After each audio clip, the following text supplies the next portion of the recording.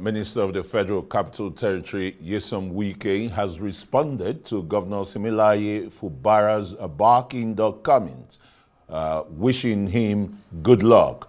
During a visit to Ogba Egbema Ndoni local government area, the FCT Minister also promised to right what he described as a political mistake from 2023 in the run-up to 2027 elections in Rivers State. Arise correspondent Andy Omano has this report. Okay, I've just been told that that report is not ready, but we'll bring it during the course of the bulletin and subsequent bulletins. But to discuss the evolving political landscape in Rivers State and the emerging power blocks, political realignments, and the issues shaping the build-up rather to the 2027 general elections is Dr. Leloonu Nwabubasa, a former Rivers State Commissioner for Employment Generation and Economic Empowerment under the Wike administration. Very warm welcome to you. Good evening, and thanks for joining us on Newsnight. Thank you very much, and thank you for having me.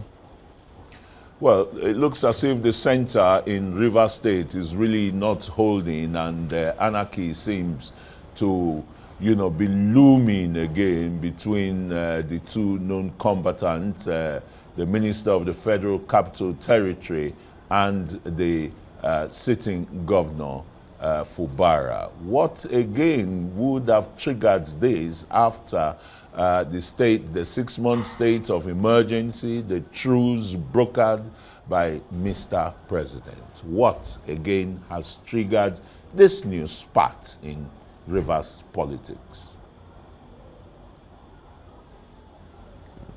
Well, it is very sad to start by saying that the Rivers political environment has been grossly polluted, and of course the level of toxicity in the politics of Rivers State is building to unbearable levels, and this of course is due to the early beating of drums for 2027, which I have seen like drums of war, led by the one acclaimed political actor, a former governor and minister of the FCT, who unfortunately has always been in the news for wrong reason, to stir the waters in Rivers State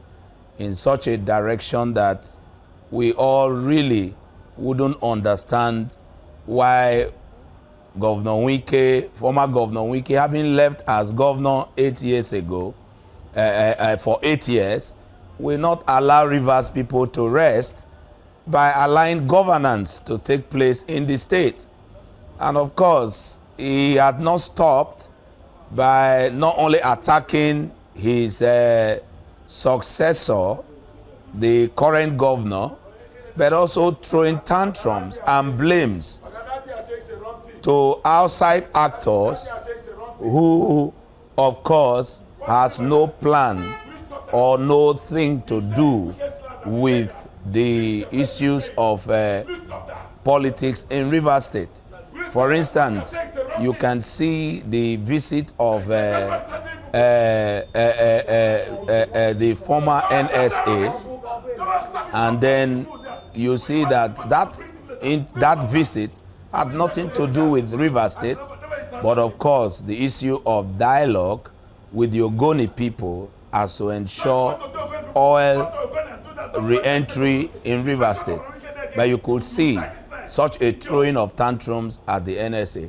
So you could see a man who obviously politically may be drowning, but looking for every person to blame. This is exactly the situation in Rivers State.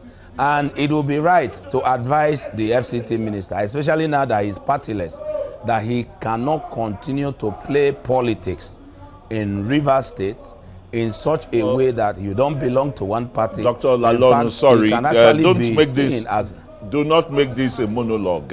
Let you're discussing the unfolding issues in Rivers State, right? And this part is even becoming very dirty when Governor Fubara described the FCT Minister as a barking dog. Is that politically healthy too, you know? Well, I'm not here to speak for Governor Fubara. I am neither a fan of Governor Fubara, neither will I be a fan of Wike, but I'm a fan of Rivers State. My interest is the peace of Rivers State, the prosperity of Rivers State, and the fact that Rivers people must be given the chance to breathe. Rivers people must be allowed to enjoy the dividends of democracy. And so as of today, Fubara is the governor of Rivers State, no doubt. He was elected. He will be allowed to govern as much as he can. I actually would say that as of today, Rivers State needs a new face of leadership. We need a new face of leadership in every way. And so this is the thing, you know. The FCT Minister still lays claim to being the leader of the APC in Rivers State, even though he's, you know, two legs in the PDP, like it's been described as wearing, you know, a mask. One face is APC, another is PDP.